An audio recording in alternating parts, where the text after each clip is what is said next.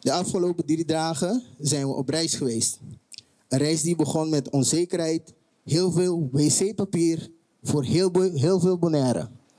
Wat bedoel ik daarmee? Tijdens de tassencontrole hadden deze aspiranten heel veel wc-papier meegenomen. Ik weet niet waar ze deze wc-papier vandaan hebben gehaald, maar tijdens de tascontrole kwamen we daarachter.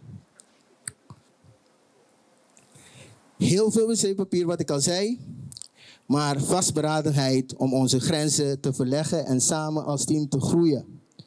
En vandaag, terwijl we hier staan, uitgeput, maar triomfantelijk, ben ik vervuld van een enorm gevoel van trots en dankbaarheid.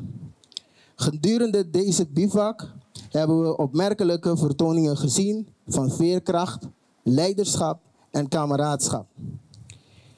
Ieder van jullie heeft op zijn eigen unieke manier bijgedragen aan ons succes. We zijn hier trots op jullie. Te midden van deze zee van uitmuntendheid schijnt een baken van licht dat we niet kunnen negeren. Vanaf het allereerste begin viel ze op.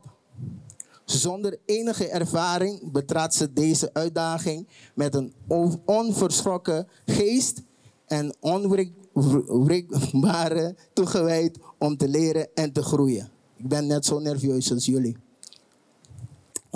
Ondanks af en toe tegenslagen en taalbarrières wankelde deze nooit.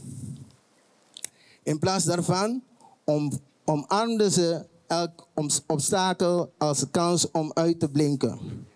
Jouw vastberadenheid, discipline en uitzonderlijke communicatieve vaardigheden hebben we niet alleen bewondering van je collega's verdiend, maar ook de erkenning van onze hele team.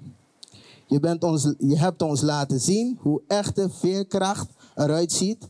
Je hebt aangetoond dat met doorzettingsvermogen en vastberadenheid alles mogelijk is.